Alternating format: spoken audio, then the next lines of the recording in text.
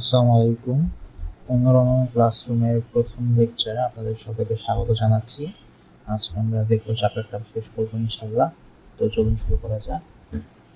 তো শুরুতেই দেখে নিই আমরা ভেক্টর চ্যাপ্টারটিতে কী কী টপিক আছে। যেহেতু এটা ভার্সিটি স্ট্যান্ডার্ড ক্লাস, তো আমরা টাইপ ওয়াইজ ভাগ করে নিচ্ছি। তো উদ্ভাসক কোশ্চেন ব্যাংক থেকে আমরা এই জিনিসগুলো পড়ছি। তো টাইপ 1 হচ্ছে ভেক্টর ও লব্ধি, টাইপ 2 হচ্ছে ভেক্টর উপাংশ, আপেক্ষিক বেগ, অবস্থান একক ভেক্টর, নদী নৌকা, ডট গুণন, ভেক্টর ক্রস গুণন এবং লাস্টে ভেক্টরের ক্যালকুলাস। তো এই 8টা টপিকে মোটামুটি আমরা ভার্সিটির ভেক্টর চ্যাপ্টার থেকে ভাগ করতে পারি। তো প্রথম টপিক দিয়ে আমরা শুরু করি। তো আসুন ভেক্টর ও ভেক্টরের লব্ধিতে। তো ভেক্টর রাশি কি? আমরা জানি যে রাশি প্রকাশ করতে মান এবং দিক লাগে, অর্থাৎ যে সকল রাশির মান এবং দিক আছে তারাই হচ্ছে ভেক্টর রাশি, রাইট? আর স্কেলার রাশি কি? স্কেলার রাশি শুধুমাত্র মান, ঠিক আছে? তো কিছু ভেক্টর রাশি এবং কিছু স্কেলার রাশি আমরা জেনে নিই। এখন ভেক্টর রাশি, অনেক ধরনের ভেক্টর রাশি বিদ্যমান আছে। তো প্রথমে আমরা স্কেলার রাশি দিয়ে আসি, যেহেতু স্কেলার রাশি শুধু মান থাকে। তো স্কেলার রাশির উদাহরণ বলা যায় দূরত্ব, দ্রুতি, আরো কি আছে, চাপ, রোধ, রাইট? অনেক কিছুই আছে। তো আমরা লিখলাম। আর ভেক্টর রাশিতে বলা যায় হচ্ছে সরণ। সরণ কিভাবে প্রকাশ করতে হয়? একটা নির্দিষ্ট বিন্দু অনেকটা বিন্দুর সরল রৈখিক দূরত্ব।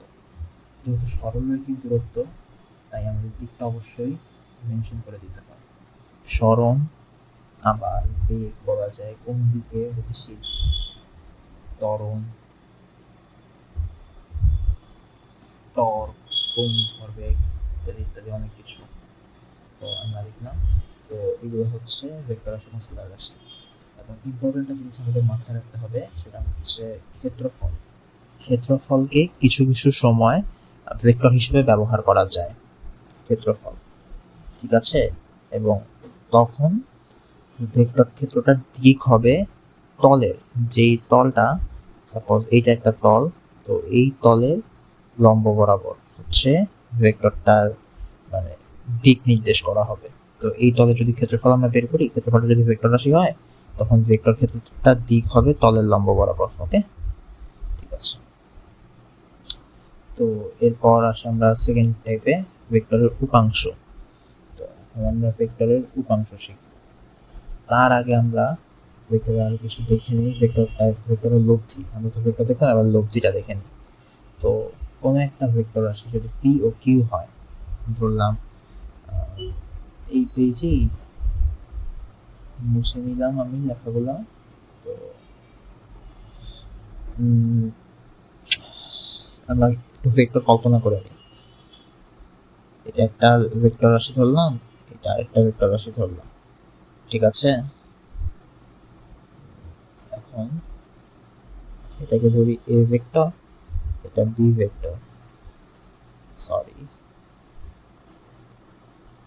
এটা বি ভেক্টর, ঠিক আছে? তো এই ভেক্টর রাশি দুটার লব্ধি কি হবে? ভেক্টর দ্বয়ের মধ্যবর্তী কোণ ধরলাম থিটা, ঠিক আছে? তাহলে এদের ভেক্টর রাশিটা হবে, ভেক্টরের লব্ধি হবে এই দিক বরাবর। বললাম লব্ধিকে আমরা প্রকাশ করছি আর দিয়ে, ঠিক আছে? এবং লব্ধি ও এ ভেক্টরের মধ্যবর্তী কোণ ধরলাম আলফা, ঠিক আছে? তো ভেক্টর আর সমান সমান root over A square plus B square plus 2ab cos থিটা, ঠিক আছে?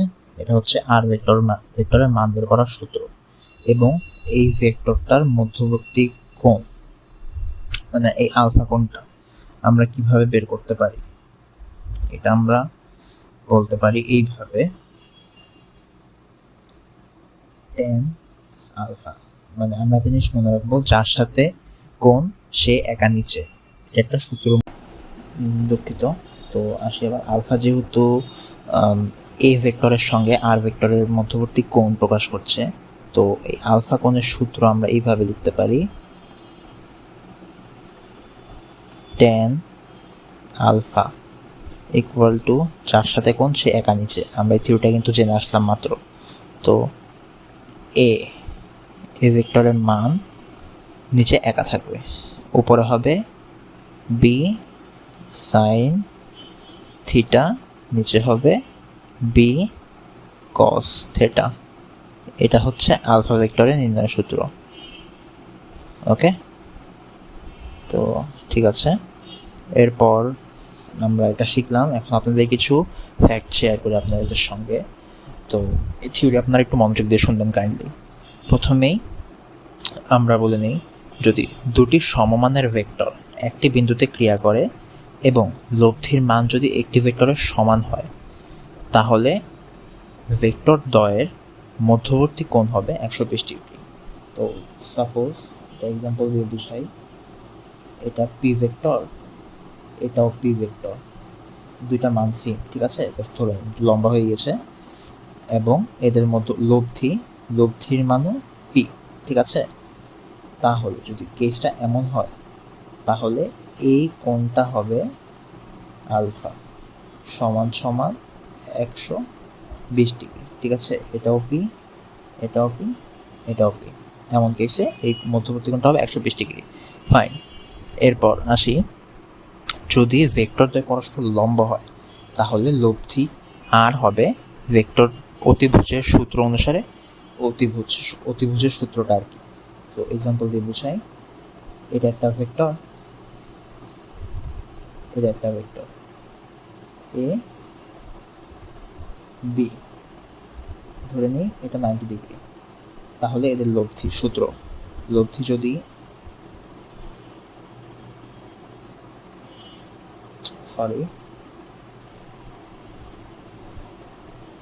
এটা যদি লব্ধি হয়, লব্ধি আর সমান সমান root over A square plus B square. ওকে, এটা হচ্ছে অধিভুজ সূত্র।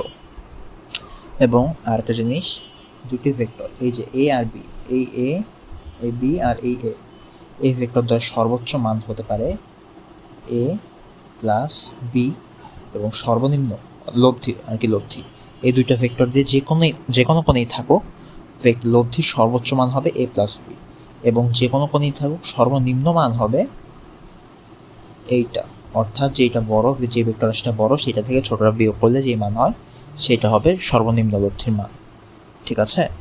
এখন কিছু এক্সাম্পল আপনাদেরকে বলি। ভেক্টরের যোজন, অর্থাৎ দুটি ভেক্টরের যোগ, এই যোগের কেস হচ্ছে নৌকার গতি, চলন্ত গাড়িতে পড়ন্ত বৃষ্টি, পাখির উড্ডয়ন ইত্যাদি। আর ভেক্টর বিভাজন, অর্থাৎ ভেক্টর ভাগ করার কেসগুলো হচ্ছে গুণ টানা, নৌকা, লন রোলারের গতি, সরল দোলক, পায়ে হাঁটা ইত্যাদি। ফাইন, আশা করি আপনারা বুঝতে পেরেছেন। তো এই টপিকটা এখানেই শেষ, আমরা নেক্সট টপিকে যাই। নেক্সট টপিক হচ্ছে আমাদের ভেক্টরের উপাংশ।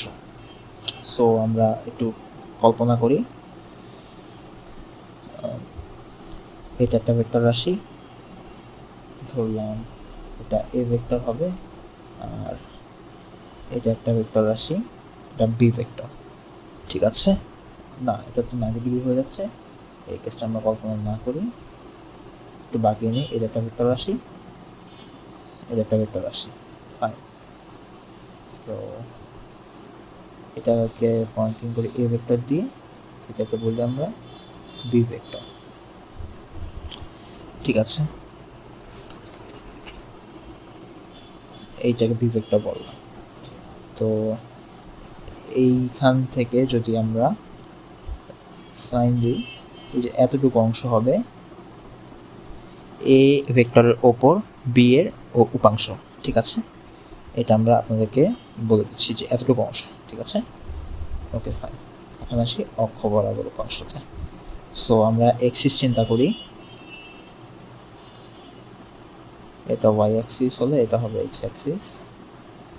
ওকে, তো অ্যাক্সিস তো আমরা জানি, সো আমরা একটা ভেক্টর ইমাজিন করি, ধরলাম এটা একটা ভেক্টর আসে পি, এবং এক্স অক্ষের সঙ্গে পি ভেক্টরের যে কোন উৎপন্ন হয় সেটা হচ্ছে থিটা।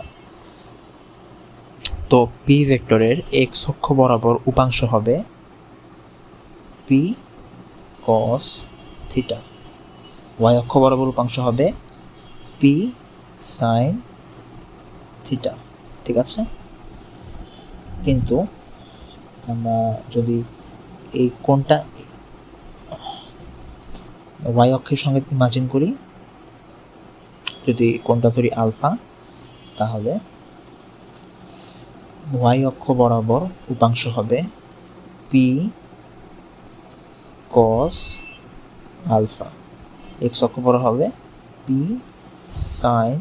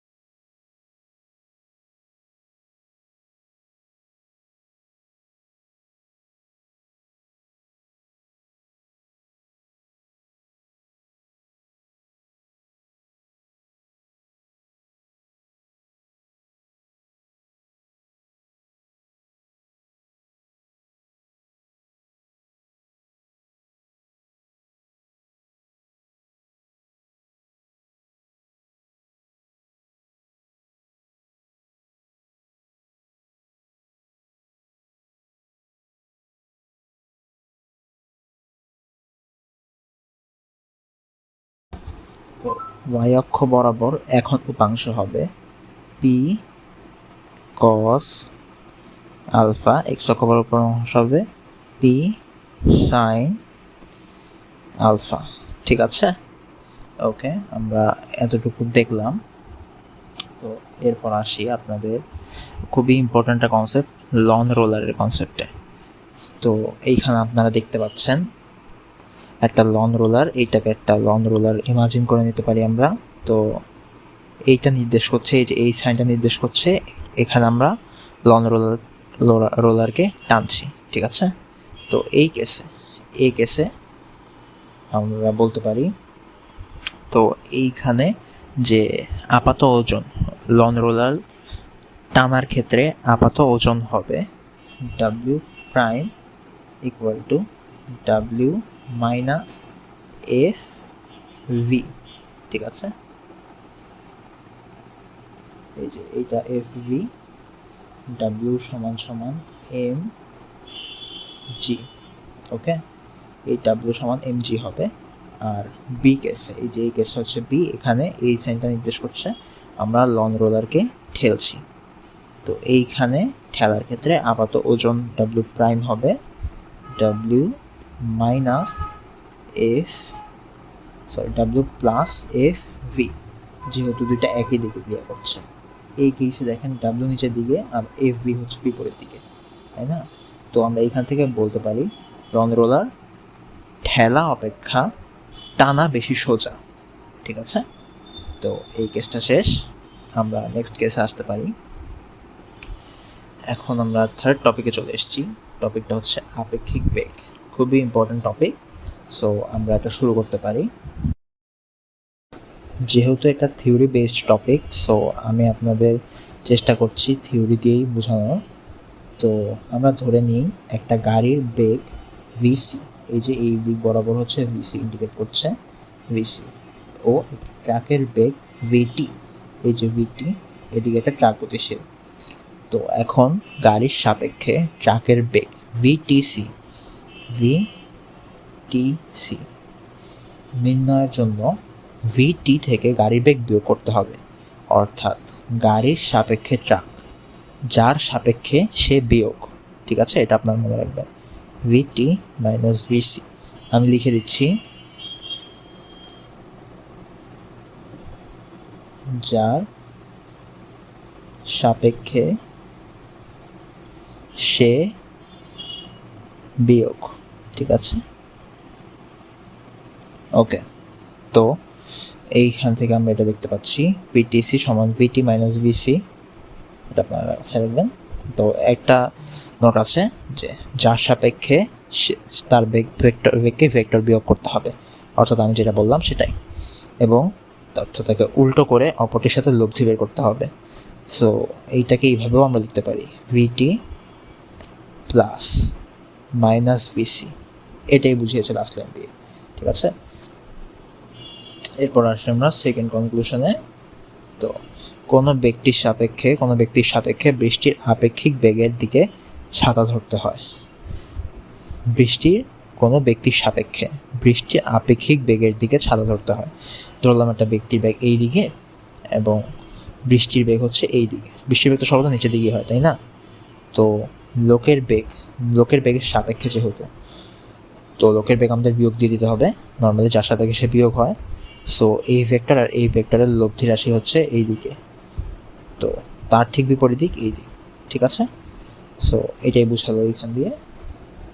আর যদি বায়ু প্রবাহ না থাকে তবে উলম্বের সঙ্গে ছাতার কোণ থিটা হলে ট্যান থিটা ইকুয়াল টু লোকের বেগ বা বৃষ্টির বেগ। এটা কিন্তু খুবই ইম্পর্টেন্ট এমসিকিউর জন্য, তো এটা আপনারা একটু মাথায় রাখবেন। এরপর হচ্ছে আনুভূমিকের সাথে কোণ, অর্থাৎ আমরা যে কোণটা বের করবো সেটা নর্মালি উলম্বের সাথে হবে। সো 90 থেকে এটা বিয়োগ দিলেই আনুভূমিকের সাথে কোণটা বের হয়ে যাবে। এটা তেমন টাফ কিছু নয়, আপনারা বুঝেছেন আশা করি। সো আমরা নেক্সট জায়গায় যাচ্ছি। অবস্থান ভেক্টর এবং একক ভেক্টর খুবই ইম্পর্ট্যান্ট টপিক, স্টার মার্ক দিয়ে দিচ্ছি আমি। সো চলেন দেখা যাক। এখানে আমরা যেহেতু পড়াশোনাটা একটু থিওরি বেসড, আমি আপনাদেরকে থিওরি লিখে বোঝাচ্ছি। তো ধরে নিই প্রথমেই আমরা কিছু ভেক্টর ক্ষেত্র ইমাজিন করি। সো এইখানে আমরা এক্সি থাকাচ্ছি। সো আমরা জানি একটা X axis Y axis, X Y, okay. তো আমরা জাস্ট পয়েন্ট ইমাজিন করি, এটা পি বিন্দু ধরলাম, এটা কিউ বিন্দু ধরলাম, ঠিক আছে। তো এখন পি কিউ ভেক্টর রাশিটাকে আমরা একটু আগার চেষ্টা করি।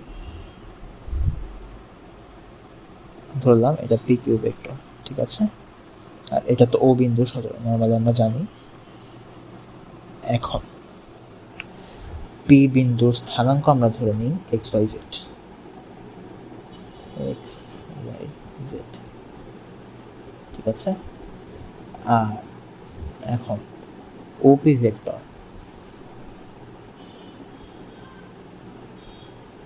ও বিন্দুর স্থানাঙ্ক তো আমরা জানি 0 0 0, তাই না? ওপি ভেক্টরটা হবে, ওপি ভেক্টরের অবস্থান ভেক্টর হবে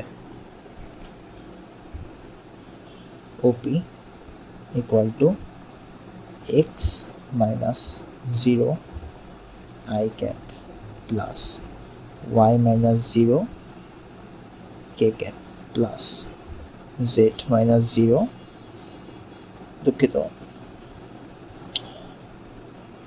ওয়াই মাইনাস 0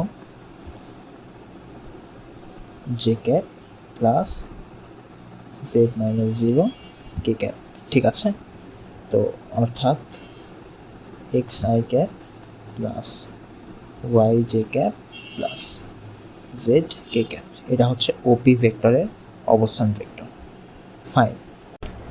আবার এখন যদি কিউ বিন্দুর কথা চিন্তা করি, পি কিউ ভেক্টরের অবস্থান ভেক্টর হবে, পি কিউ ভেক্টর অবস্থান ভেক্টর হবে O Q minus O P, অর্থাৎ শেষ অবস্থান মাইনাস আদি অবস্থান, ঠিক আছে।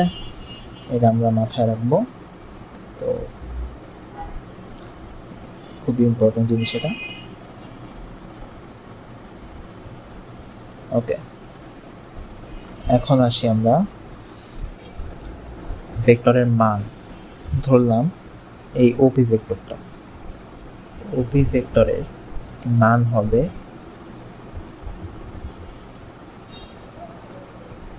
√x² plus Y square plus Z square, এটা হচ্ছে ওপি ভেক্টরের মান। এবং ওপি ভেক্টরের দিকে একক ভেক্টর হবে সমান সমান ওপি ভেক্টর মাইনাস ওপি ভেক্টরের মান, এটা হচ্ছে ওপি বরাবর একক ভেক্টরের। ঠিক আছে, এই জিনিসটা আপনার মাথায় রাখবেন। সো এই জিনিসগুলাই এইখানে আমি ব্যাখ্যা করে লিখে দিয়েছি, সুন্দরভাবে লেখা আছে, আপনারা কাইন্ডলি রিডিং পড়ে নেবেন। ওকে, এরপর আমরা আসি নদী নৌকার টপিককে, খুবই ইন্টারেস্টিং টপিক। তো চলুন দেখি আমরা নৌকার টপিকটা। সো প্রথমে আমরা নদীর ফিগার কল্পনা ইমাজিন করে নিই। সো এটা একটা প্রবাহমান নদী এবং আমরা এই দিকে ধরে নিই স্রোতের বেগ ইউ, এবং এই পয়েন্ট থেকে আমরা ইমাজিন করি এইদিকে নৌকার বেগ ভি। ওকে,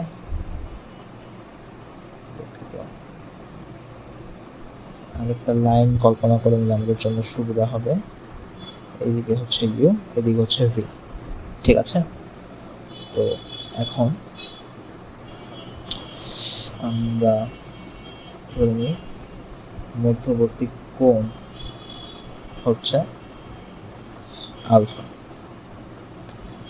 এই বিন্দুটা ধরে পি, ঠিক অপর পায়ের বিন্দু হচ্ছে কিউ। ঠিক আছে,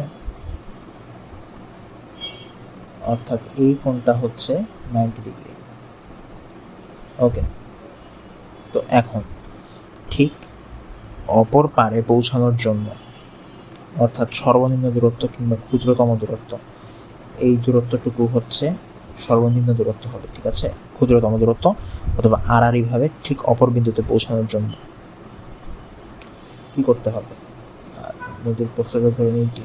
ওকে, তো এখন এই যে আলফা কোণটা দেখছেন, এই আলফা কোণের একটা শর্টকাট সূত্র আছে। আলফা কোণটা হবে cos alpha is equal to minus U by V. ঠিক আছে,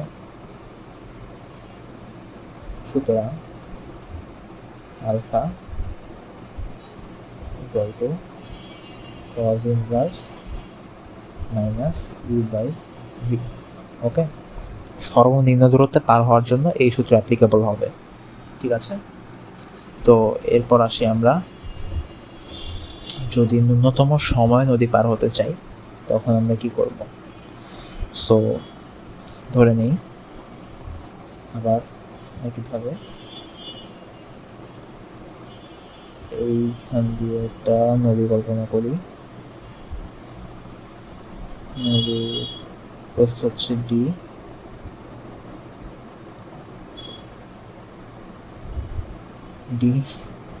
আর এইখানে একটা বিন্দু আমরা ইমাজিন করে নিই পয়েন্ট। সো এইদিকে হচ্ছে স্রোতের বেগ ইউ। এবার যেহেতু সর্বনিম্ন সময় যেতে হবে, এবার নৌকার বেগ হবে ঠিক অপর বিন্দুতে ভি, অর্থাৎ আলফা কোণটা হবে 90 ডিগ্রি। ঠিক আছে, অর্থাৎ লব্ধি নর্মালি এই বরাবর হবে। যদি আমরা সর্বনিম্ন সময় যেতে চাই তাহলে তখন কিন্তু সর্বনিম্ন দূরত্ব আমরা যেতে পারছি না, এই জিনিসটা মাথায় রাখতে হবে।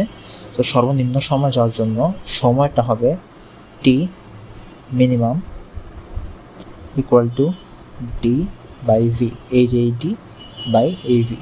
ওকে, আশা করি আপনারা বুঝতে পেরেছেন। আর নর্মালি হচ্ছে সময় বের করার সূত্র হচ্ছে T equal to D by V sine alpha. আলফার মান ন্যূনতম দূরত্বের ক্ষেত্রে এখানে 90 ডিগ্রি।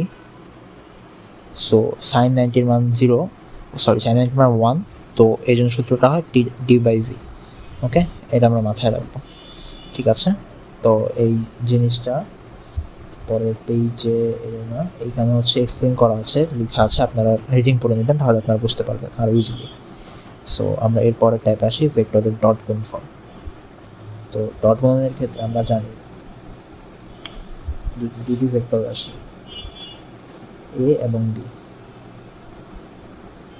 এ ও বি, এদের ডট গুণন হবে A dot B, sorry, equal to A ভেক্টরের মান ইন্টু বি ভেক্টরের মান ইন্টু কস থিটা, অর্থাৎ এ ও বি ভেক্টর মধ্যবর্তী কোণ যদি থিটা হয় তখন। ঠিক আছে, ওকে। আর দুটি ভেক্টরের ডট গুণফল অর্থাৎ মানে হচ্ছে ভেক্টর দ্বারা স্কেলার গুণফল। এই ভেক্টরকে যদি আমি এভাবে প্রকাশ করি, A X I cap plus A Y J cap plus A Z K cap, এবং বি ভেক্টরকে যদি আমি এভাবে প্রকাশ করি, B X I cap plus B Y J cap plus B Z K cap, তাহলে এ ডট বি হবে সমান A X B X plus A Y B Y plus A Z B Z. Okay, এটা dot গুণফলের আরেকটা সূত্র, আপনার মাথায় রাখবেন। ঠিক আছে, এটা একটা সূত্র, এটা একটা সূত্র। ওকে, তো ডট গুণফলের কিছু ফ্যাক্ট আপনাদের সঙ্গে এখন শেয়ার করব। ও সরি, আরেকটা জিনিস, এই থিটা কোণটা কীভাবে আমরা বের করব সেটা আসলে আপনি বুঝতে পেরেছেন। জাস্ট সরল করবো এবার, এই এ ডট বি অর্থাৎ মানটাকে এই পাশে ভাগ দিব, কসটাকে ইনভার্স করে ফেলবো এই পাশে যে। সো এটা না দেখাচ্ছি আমি। এখন এই যে ডট গুণফলের থিওরি এভাবে লেখা আছে, আপনারা একটা পড়ে নেবেন। আমি কোণের কেসটি যে বললাম, এই যে এখানে কোণটা দেখা যাচ্ছে, এখান থেকে কোণটা দেখে নেবেন, কোণটা কীভাবে বের করেছি। এই প্রসেস বের করতে পারে। এই যে যদি লম্ব ভেক্টর, যদি দুটি ভেক্টর পরস্পর লম্ব হয় তাহলে ডট গুণফল হবে 0। ঠিক আছে, এটা খুবই ইম্পর্টেন্ট, তো মাথায় রাখবেন। একটা ভেক্টরের লম্ব অভিক্ষেপের কেসটা তো আপনারা দেখলেনই। সো এই ভেক্টরের ওপর বি এর অভিক্ষেপ হবে বি কস থিটা, বি এর ওপর এর অভিক্ষেপ হবে এ কস থিটা। এটা আর অভিক্ষেপ একটি স্কেলার রাশি, জানেন আশা করি। এ এর লম্ব দিকে বি এর অভিক্ষেপ, এই সূত্রটা খুবই ইম্পর্টেন্ট, যদিও কখনো আসে নাই, বাট ইম্পর্টেন্ট, ঠিকই দিয়ে দিতে পারে চাইলেই। এই দুটো জিনিস আনকমন বাট ইম্পর্টেন্ট, সো আপনাদের পড়া উচিত আমি মনে করি। তো লম্ব দিকে অভিক্ষেপ, ঠিক আছে। তো উপাংশ ড্রেসটা এখান থেকে দেখে নেবেন, এই যে কোণগুলো, এটা আশা করি আপনাদের কাজে লাগবে। তো এখান থেকে রিডিং করে নেবেন, ঠিক আছে। তো এরপর আমরা নেক্সট টপিক শুরু করব, ক্রস। তো দুটি ভেক্টরের ক্রস গুণন আমরা জানি, এ ক্রস বি সমান A B sine theta into একক ভেক্টর, তাই না? তো এইটা হচ্ছে সেই সূত্রটা, এবং ইটা তলের সাথে লম্ব বরাবর একক ভেক্টর, অর্থাৎ এ ক্রস বি যেই তল বরাবর সেই তলের লম্ব বরাবর। ওকে, তো ঠিক আছে। এখন একক ভেক্টর যে অক্ষ বরাবর যে একক ভেক্টরগুলো, সেগুলোর কিছু সম্পর্ক আপনাদেরকে দেখাচ্ছি। I cross J equal to K cap, ঠিক আছে। এই এটা আই ক্যাপ, এটা জে ক্যাপ, এটা K cap. Okay, I cross T equal to K cap, J cross K equal to I cap, K cross I equal to J cap, মাথায় রাখতে হবে।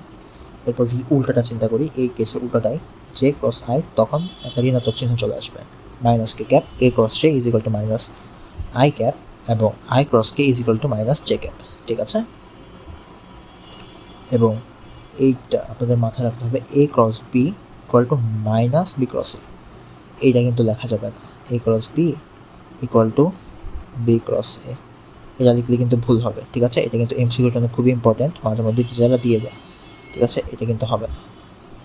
তো যদি এ এবং বি ভেক্টর দুটি পরস্পর সমান্তরাল হয় তখন A cross B is equal to 0, অর্থাৎ দুটি ভেক্টর যদি সমান্তরাল হয় তখন তাদের ক্রস গুণফল এর মান হচ্ছে 0 হয়, অথবা এই সহগগুলোর সম্পর্ক এইখানে ax by bx is equal to ay by by is equal to az by bz হবে।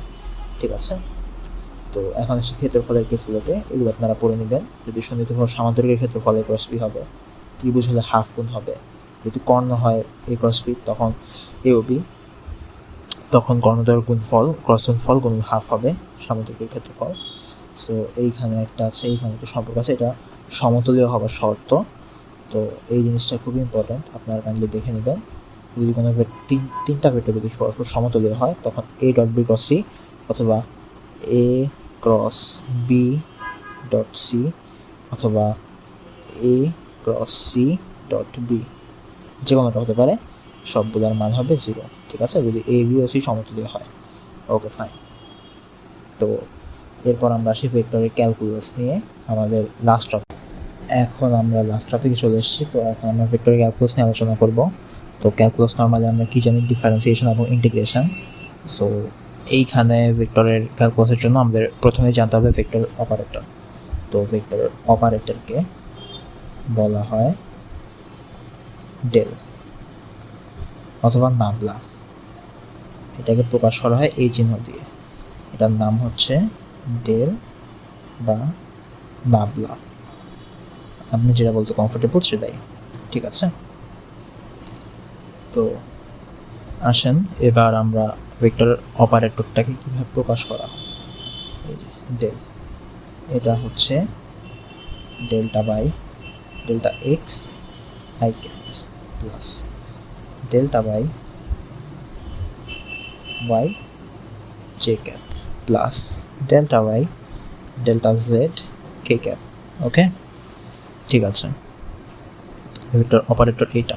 এখন ভেক্টরের স্কেলার ক্ষেত্র। ঠিক আছে, ভেক্টরের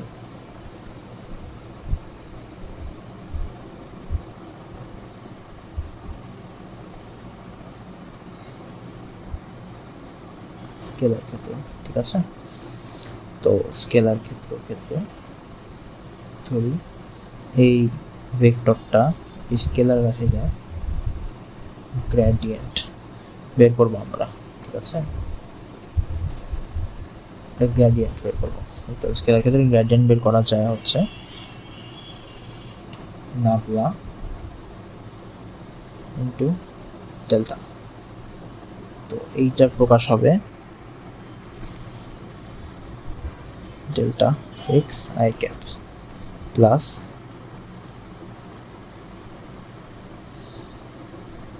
Y J cap plus delta Z কে ক্যাপ।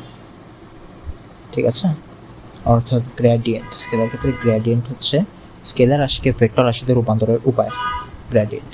এবং এরপর আসি আমরা হচ্ছে ডাইভারজেন্স। ডাইভারজেন্স হচ্ছে ভেক্টর রাশিকে স্কেলার রাশিতে রূপান্তরের প্রক্রিয়া। ওকে, ধরি একটা ভেক্টর রাশি হচ্ছে V.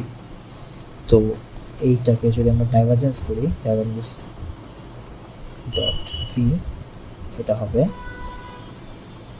Delta v x by delta x plus delta v y by delta y plus delta v z by delta z. Okay, divergence যদি শূন্য হয় তাহলে ভেক্টর ক্ষেত্রটা হবে সলিনয়েডাল। এটা এমসিকিউর জন্য ইম্পর্টেন্ট। ঠিক আছে,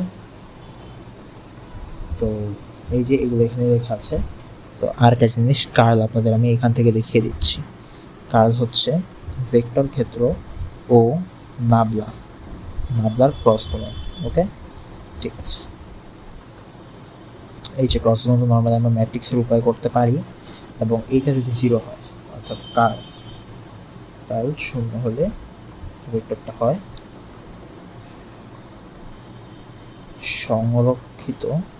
সংরক্ষণশীল প্লাস অঘূর্ণনশীল। ওকে, এটা খুবই ইম্পর্টেন্ট এমসিকিউর জন্য। তো থ্যাংক ইউ, আমাদের লেকচার শেষ। আপনাদের জন্য একটা বাড়ির কাজ আছে, আপনারা আমাকে কাইন্ডলি এইটা বলবেন কমেন্ট বক্সে। ক্রিকেট পিচ সমান করতে কোনটা বেশি কার্যকর? লন রোলার টানা নাকি লন রোলার ঠেলা? ঠিক আছে, কমেন্ট বক্সে আপনাকে জানাবেন কেন হলো, কাইন্ডলি এক্সপ্লেন করবেন। যদি আপনার আনসার কারেক্ট হয় আমি তো বলবোই, কারেক্ট না হলে আমি আপনাদের কমেন্টে রিপ্লাইতেই আপনাদেরকে বুঝিয়ে দিব কেন আনসারটা কারেক্ট হয়নি। তো থ্যাংক ইউ সবাইকে, আমাদের আজকের ক্লাসটা এই পর্যন্ত।